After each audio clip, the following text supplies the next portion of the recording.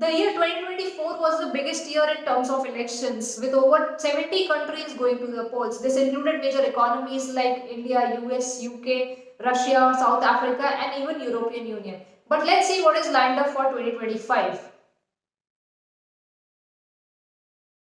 First comes up Canada. No date has been announced yet, but the federal elections must be held latest by October 25th, 2025. The Liberal Party, which is led by Prime Minister Justin Trudeau, it has lost support from several major alliance partners, even though the party has been in power since 2015. Several top ministers have also resigned from within the party. The voter confidence is also at a record low amid a housing crisis and high inflation. Additionally, Trump has warned that he will impose 25% tariff on Canadian imports. The opposition is already pressurizing, calling for a no confidence motion even before the parliament resumes from a winter recess on January 27.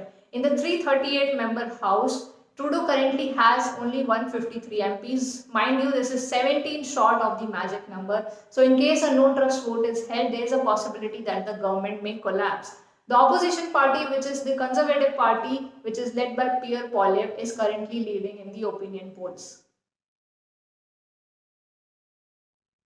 Germany is the biggest economy in the European Union and snap polls are set to be held on February 23rd. This comes after a vote of no confidence on Chancellor Olaf Scholz. Olaf Scholz was leading a three-party coalition which consisted of his neoliberal party known as the Free Democratic Party, the centre-left party known as the Social Democratic Party and the Greens. This was the first ever three-party union to govern Germany, but it has collapsed now, and Angela Merkel, who was the Chancellor of Germany before Olaf Scholz, her party known as the Christian Democratic Union that currently sits in the opposition but it is expected to return back to power.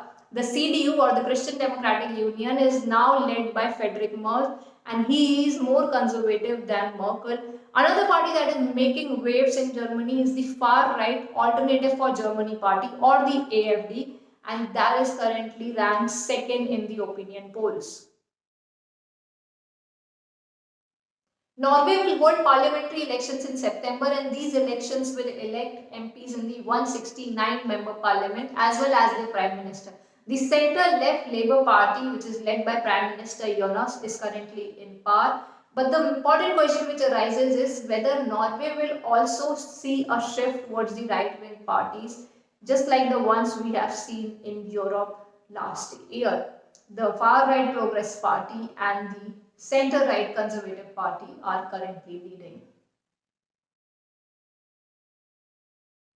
Elections in Ukraine have been due since last year, but due to the imposition of martial law, they haven't been held till date. And by the looks of it, the way the war is going, it looks unlikely that the elections will be held anytime sooner. President Zelensky was elected in 2019 and officially his term has ended in May 2024. But he continues to be the president. Well, 69% of Ukrainians still believe that he is going to guide them out of the war and they still trust him.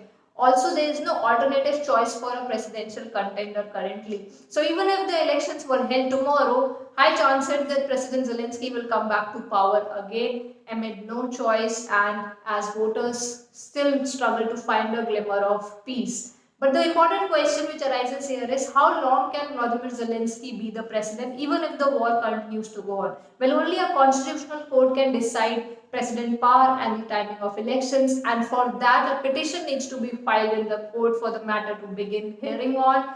But that seems to be a second priority currently. The first priority for Ukrainians remains to defeat Russia. Just like Georgia, Moldova also battles Russian interference at a very large scale. Just last year, they elected a pro-EU president, Maya Sandu, for a second term in a tense election. However, if in case her party loses the parliamentary elections which are scheduled for this year, it will be a tough road for accession to the European Union.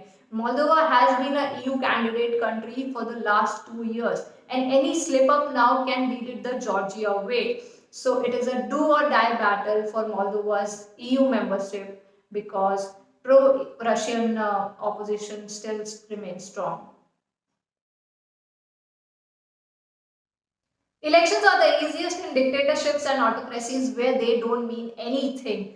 President Alexander Lukashenko has been in power since 1994 in Belarus and no change is expected. A so-called symbolic elections is going to be held on January 26 with no opposition, no critiques. The land down under will hold federal elections sometime around May to elect their next prime minister. All 151 seats in the lower house of the parliament are up for grabs, and current prime minister Anthony Albanese, who leads the centre-left Labour Party, is currently trailing. However, it's still too soon to say because it is a neck-and-neck contest and it may even lead up to a hung parliament. In United Kingdom, elections will be held for the England County Council in May. It will be a crucial test for the new Prime Minister Keir Starmer and his Labour Party. Well, according to opinion polls, the Conservative Party and the Labour Party are locked in a close contest. Well, there are several other countries also lined up for elections in 2025 like Poland, Czech Republic, Romania, Ireland and many others. So stay tuned.